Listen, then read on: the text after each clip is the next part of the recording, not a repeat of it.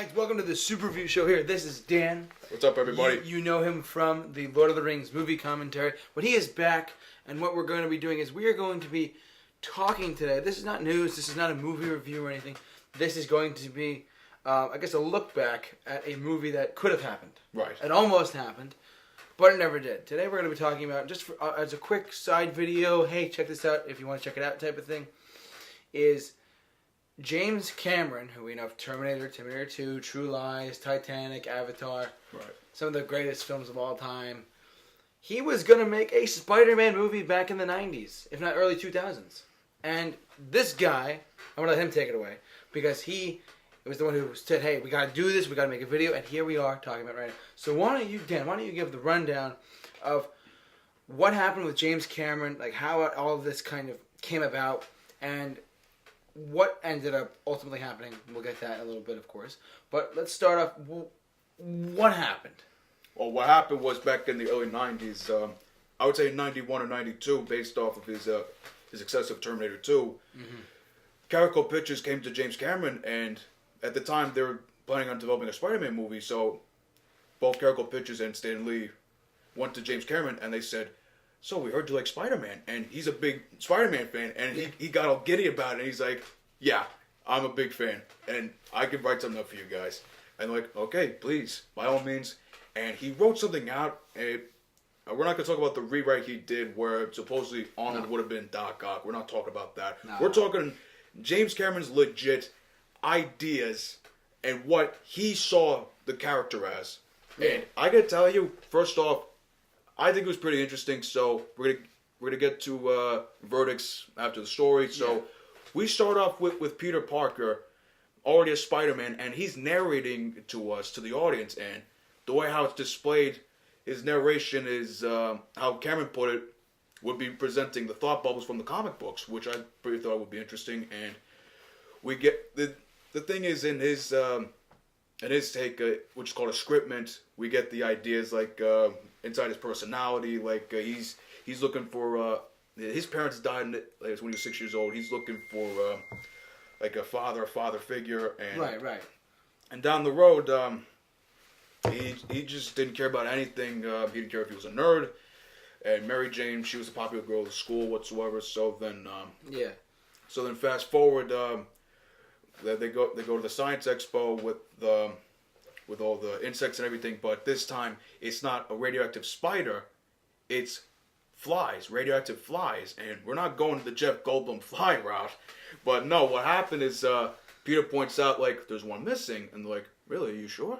And then we rack the focus, like Sam Raimi's first movie, it's stuck in a spider's web, and the spider's feeding on it, and now it gets infected with radioactivity, and like, we all know what's going to happen. Spider comes down, bites Peter's hand. He goes back home, and and unlike the Sam Raimi version, like with all the crazy images, he literally has nightmares. And whenever he woke up, the first time he woke up, he's hanging upside down New York City from an 80-foot tower, and he's screaming at the top of his lungs like, Jesus Christ! Right.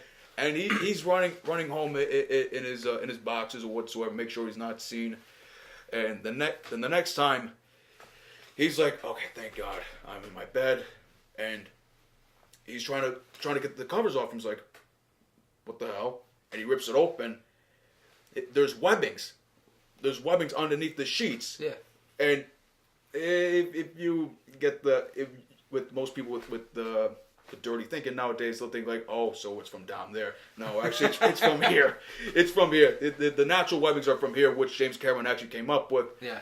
But then with all his strengths and agilities and also abilities, he's figured maybe I can make money with these powers, and he becomes like a street attraction in New York City. And he's like, okay, this is cool. I like this.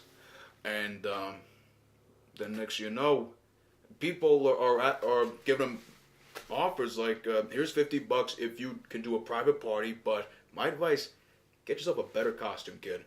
Because he's dressed in all black, he's got a fishnet stocking over his head, like, get a better costume. Yeah. He's like, okay. He comes up with the name Spider-Man, like, and the suit is made out of a Lycra red and midnight blue dance suit. Yes. And the web patterns are based from like liquid threads, which he makes the red spider from the back, and the eyes are made from some black material. Right. Like or whatever, kind of like Amazing Spider-Man 1 with the black spider eyes or whatever. Yeah. Like a real spider. And so he, next thing you know, he's a public sensation. He's on public variety shows or whatsoever. And hey, look at this guy, you know. yeah, exactly. Yeah. He's doing interviews, and here's another thing. He makes web bracelets to say like, yeah, I made these, and web shoots out of my hands. Like so he doesn't look like a freak of nature to the people. Like oh, we hate mutants and everything. Oh yeah, of course. Fear of the unknown or whatever. So all of this catches the attention of a very ominous man sitting in a big leather chair in his nice mansion, and he goes by the name of Carlton Strand, who I think the way how this villain is portrayed would be portrayed by James Remar. He's from 48 Hours fame and other movies. I was just looking him up. He wouldn't be a bad choice. Right. And he's watching Spider-Man do all this crazy stuff, like backflips from streetlights or whatsoever, and he's like, he looks to his buddy like, find out everything you know about this Spider-Man. And we get a flashback on this man, like, okay, who is this guy? And the way how he's described in the scriptment is like, if you think Trump was big, this guy's bigger. And he used to be a two-time loser who's about to go down for a third. He's being chased by the cops, and he stumbles upon I forgot how it was described in the script. It was like some electric lightning field or something like that with the towers and everything. But he stumbles upon there, and the cops are stopped by the sign. It's like, no, please don't go. You'll be toast. I tried stopping that one guy. He's already in there. So Carlton Strand, who was called Carl, right? He gets electrocuted by the towers, and now he gets back up. And he goes to a car, tries to start the key. He can start it with his hands. Like now he's Electro. Yeah. This is Cameron's version of Electro. Start a car with just his hands without a key or jumpstart cables. Can resuscitate people's hearts. He can do like his own light show if he wanted to. Yeah. But the thing is, he can't touch anybody. He has the Midas touch. He touches you, you get electrocuted, you almost die, or you're literally gonna die. So his buddy that he was talking to goes by the name of Boyd, and Boyd is Sandman in this version. And what it is that Strand wants is that he sees that superpowered beings are being pulled together by fate, and that they're at the high rank of evolution, and that they should be like gods amongst mortal men or whatsoever. And he's gonna try and get trying to pull Spider-Man into the ring. Right.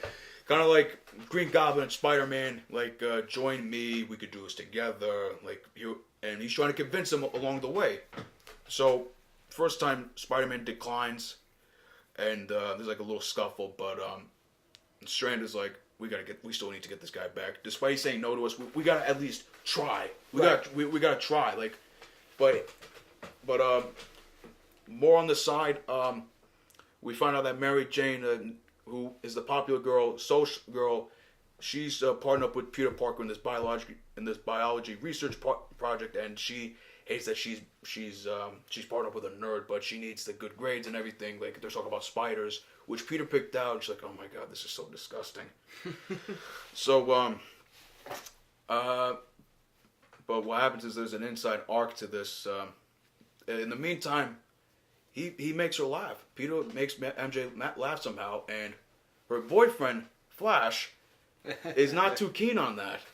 So he spins Peter around and tells him, stay the hell away from my girlfriend. I swear to God, I'm gonna break your puny ass.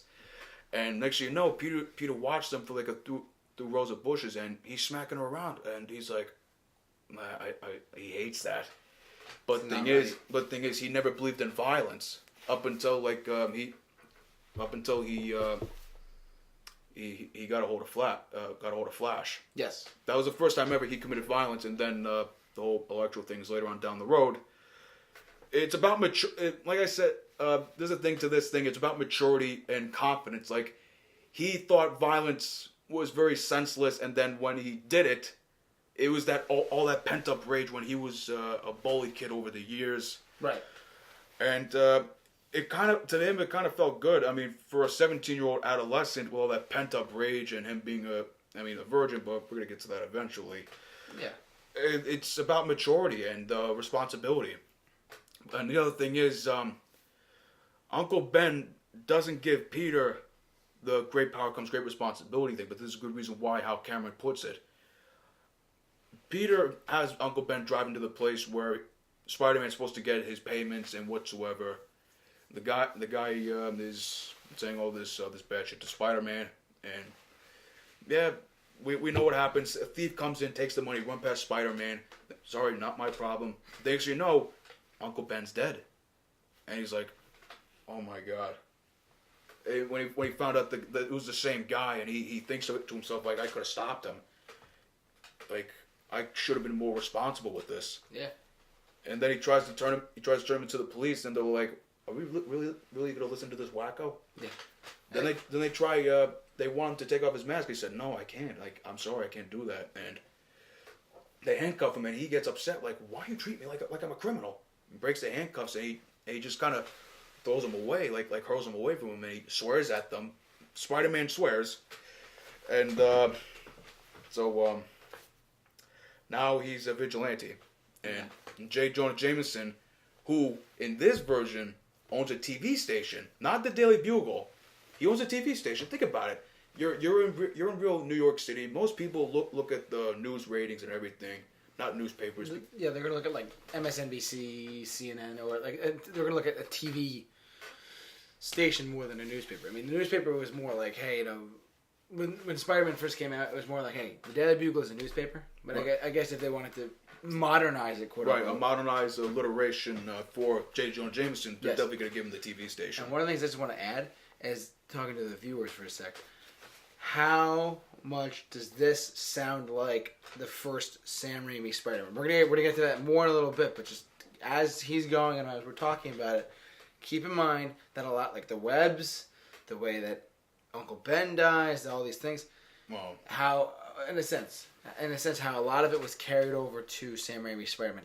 I would not bet against that Sam Raimi read through James Cameron's script and at least got some ideas. Well, that's the dark side of studios. People look back in old scripts and say, you know, I like this idea, I might borrow that. I mean, so like the thing that the spider ate the fly, and then the spider became radioactive, and then it got down to him. Well, that was Cameron's idea. I'm just saying, but it's still like that's. I remember that shot clearly of like how he's coming down. Right. So, but that's what I mean. Like, so I didn't mean to cut you off, but like as we're going through, just like think in your mind. For those of you who know the 2002 Spider-Man film, think about what he's saying and think about how because right now, as you're saying it, a lot of it, what you're saying is going through my head, saying, "Damn, they really put a lot of what was in James Cameron's script into the Sam Raimi first film."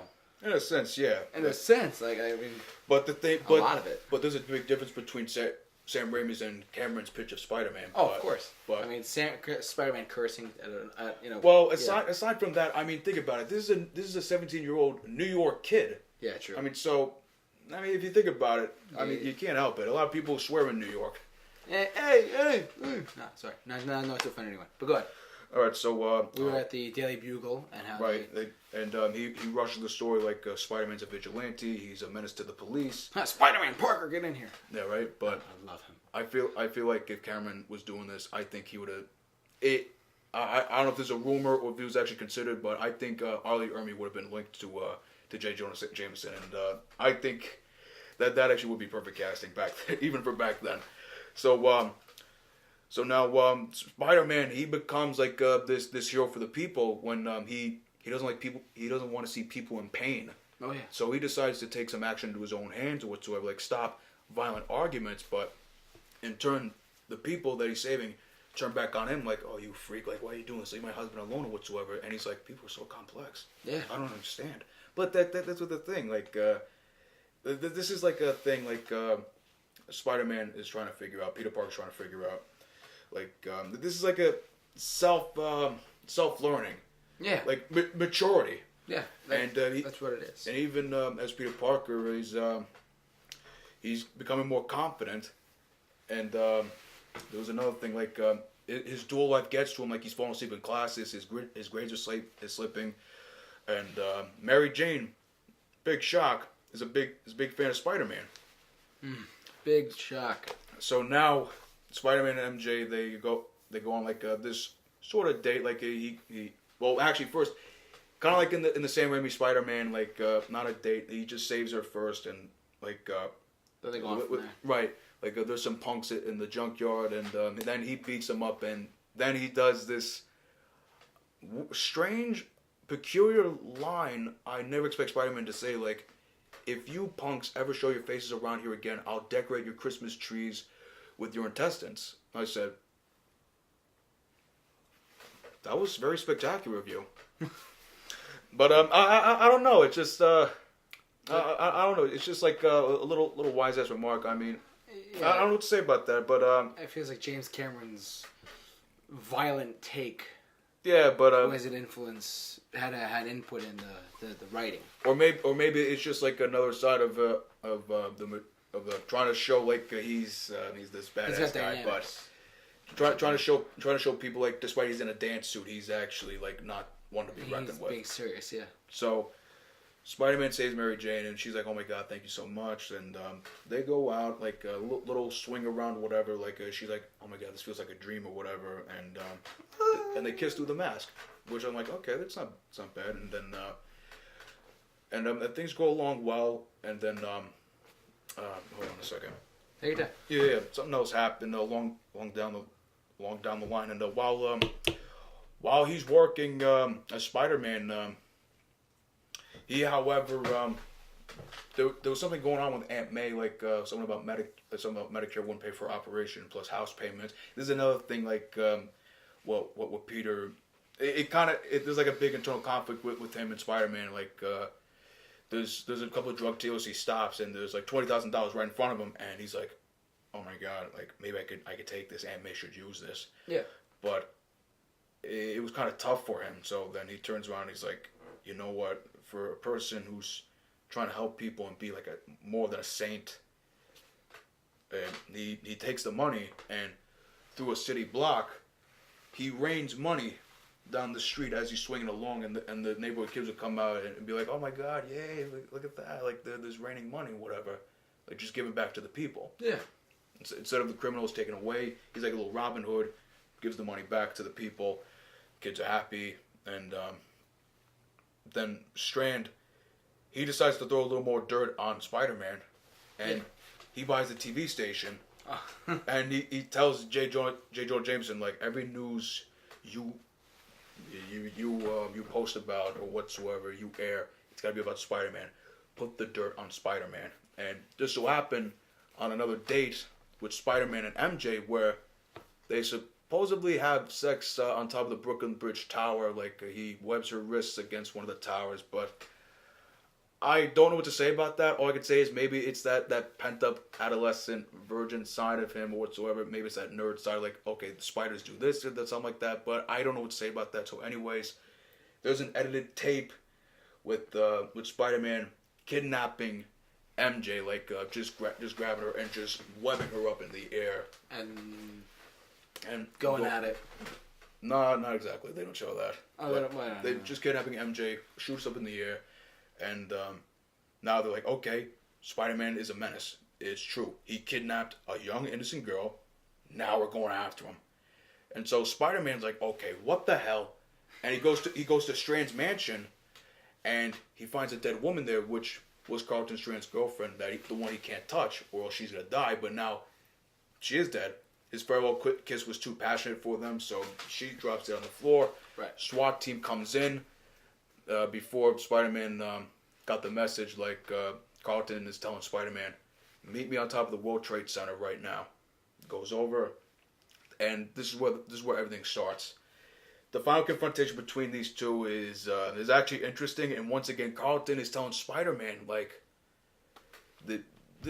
see what I'm telling you? Yeah. The people don't care about you. They don't care. And if you think you are a hero, which the people don't see that you are, people really want to see heroes fall. And that is actually the exact lines, and I'm like, wait a second, I know that line somewhere. But now he's showing Spider-Man like all this money, like $75 million, and Spider-Man said, I'm sorry, I can't. I really can't. Yeah. I think it was 75 billion. I think it was 75 billion.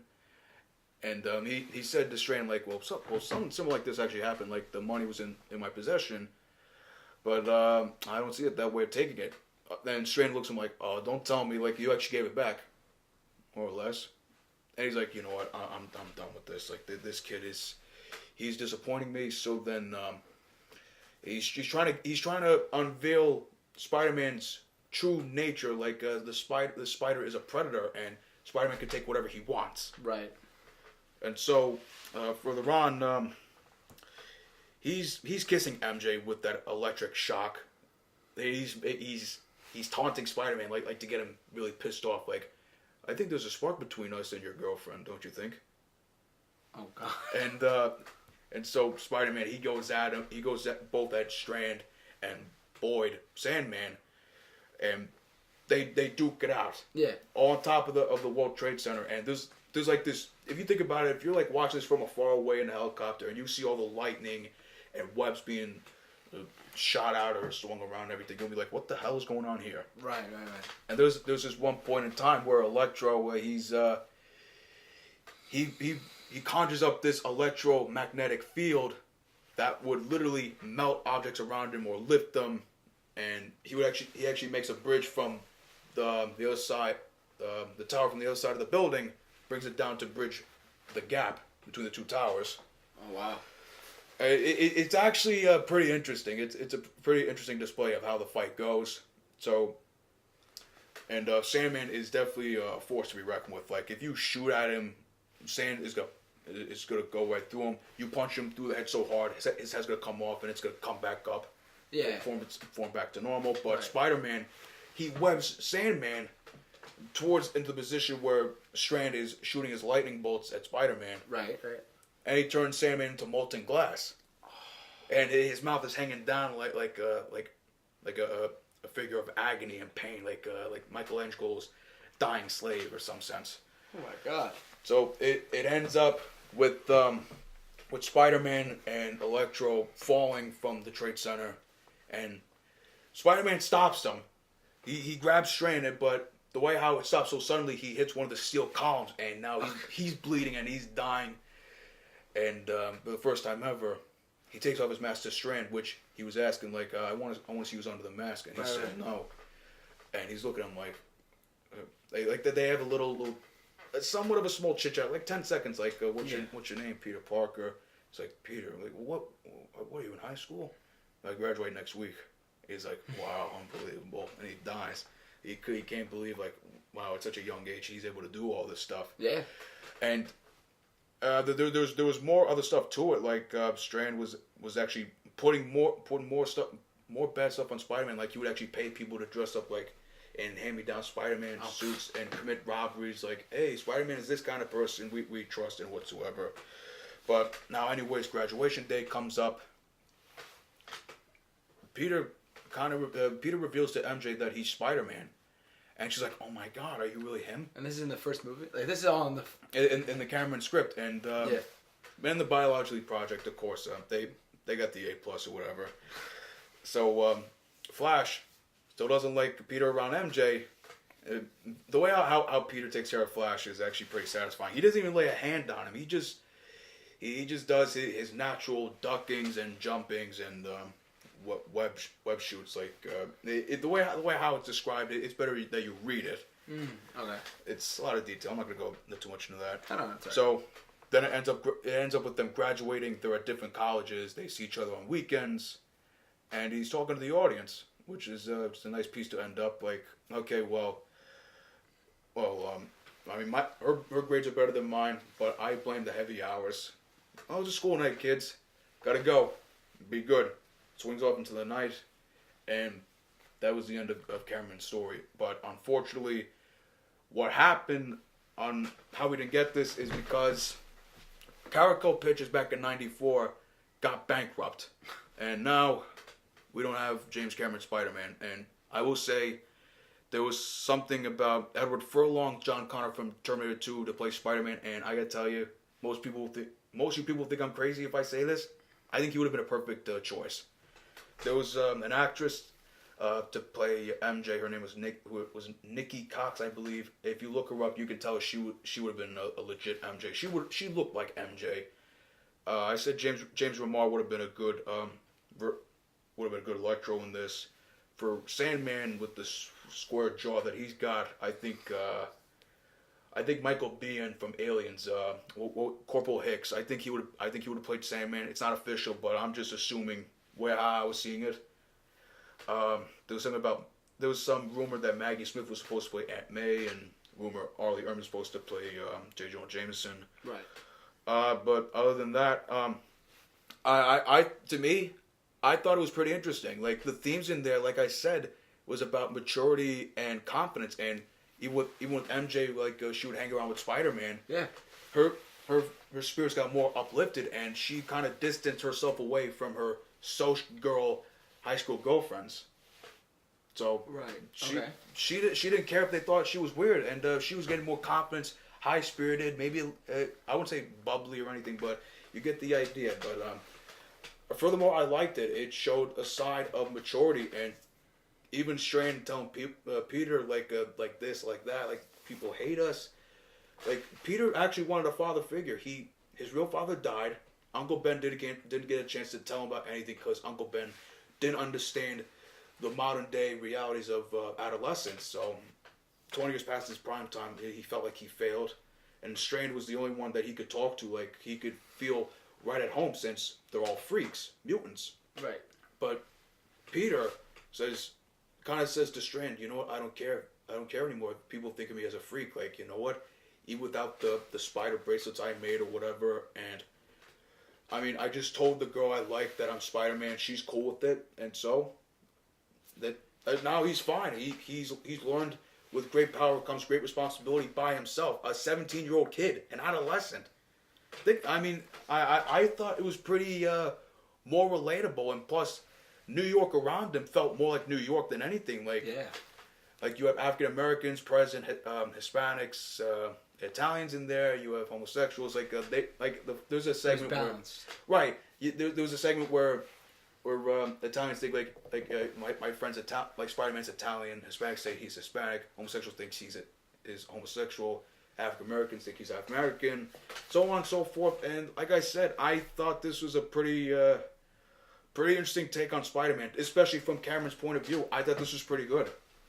I thought it was pretty interesting, and now some ideas did go on to Sam Raimi's Spider-Man 1, but is Sam Raimi's Spider-Man 1 fun?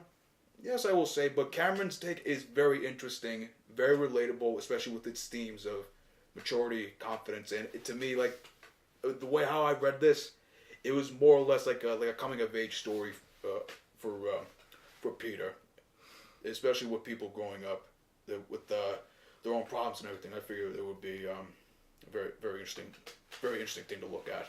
Yeah, I mean, when you first told me about that, you said you wanted to do this video, and you wanted to do it on this script, which was about how James Cameron's failed Spider-Man project.